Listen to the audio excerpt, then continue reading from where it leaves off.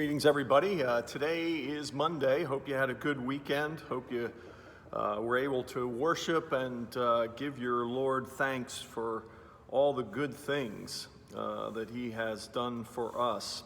And so today we continue our daily Psalms for hope, and we're looking at Psalm 104. This is a really good psalm to just kind of meditate on in terms of God's workings, God's doings in creation, and Him being the Creator, giving Him thanks for that. And so I encourage you to read through this entire psalm. It's a long one. We're going to read a portion of it because something just kind of stuck out for me today, in looking at this. So let's get started. Get out your Bibles and let's look at Psalm 104. It says, "Bless the Lord, O my soul. O Lord my God, you are great. You are clothed with splendor and majesty, covering yourself with light as with a garment, stretching out the heavens like a tent. He lays the beams of his chambers on the waters. He makes the clouds his chariot. He rides on the wings of the wind. He makes his messengers winds, his ministers a flaming fire. He set the earth on its foundations so that it should never be moved. You covered it with the deep as with a garment, and waters stood above the mountains. At your rebuke they fled. At the sound of your thunder they took to flight. The mountains rose, the valleys sank down to the place that you appointed for them. You set a boundary that they may not pass, so that they may not again cover the earth." And then he goes on to describe even more of creation and more of what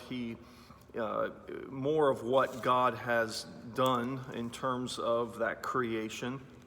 And so again, I encourage you to read that. But what struck me was verse 4. He says, he makes his messengers winds, his ministers a flaming fire. Now what the psalmist is talking about here probably is talking about angels, God's ministers. He does say in 103, Psalm 103, it says, "Bless the Lord, all his host, his ministers who do his will." And they're talking about angels.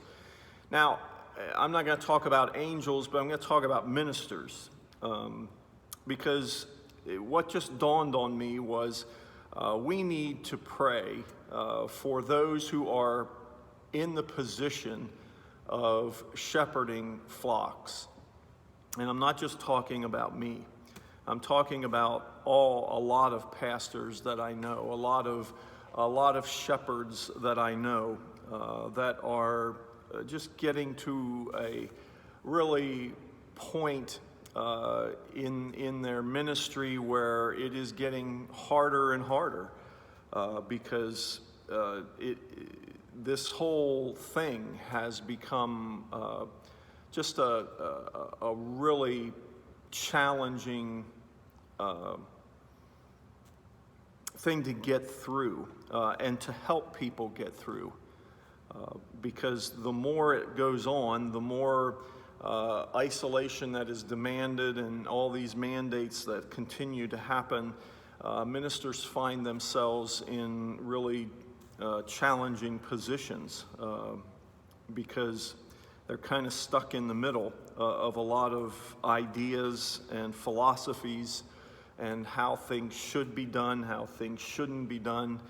And so I just want to do a little shout out to all the ministers, all the pastors, all the shepherds who are leading flocks, not only in this county, but across our country in this very challenging time.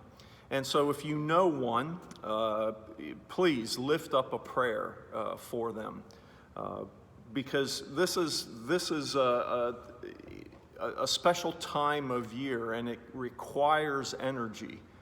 And so during this Advent season, I pray for the pastors that are leading people, leading ministries, making decisions on behalf of those ministries. And whatever their decision is, it's probably going to be challenged. And so I just ask that you kind of lift up these people, these individuals that you may know, and say a prayer for them. Give thanks for them. Let God know your heart for them, because it is important. And especially leading into this holy season of Christmas, where we celebrate Jesus coming into the world. Now more than ever, people need that strong message of hope. People need the ministers on flaming fire to proclaim that Jesus has come, and he gives us hope, and there is no reason for that hope to be diminished by what is going on in this world. And so again, but to be on that fire, to be a messenger of wind and grace and mercy, on the wind of grace and mercy. There needs to be energy, there needs to be strength. And so whoever comes to mind, and I know there's going to be lots that come to mind, that you know who are pastoring or shepherding flocks, pray for them to have strength to bring that hope to this generation right now where hope is diminishing. And so, because God is the creator of all things, God is the mover of everything, and he is powerful, and he can do it, and he can bring that hope that we need, and give the pastors energy to proclaim that hope to a hurting and broken people. And so may God's blessings be upon you this day, and be a blessing no matter wherever you are.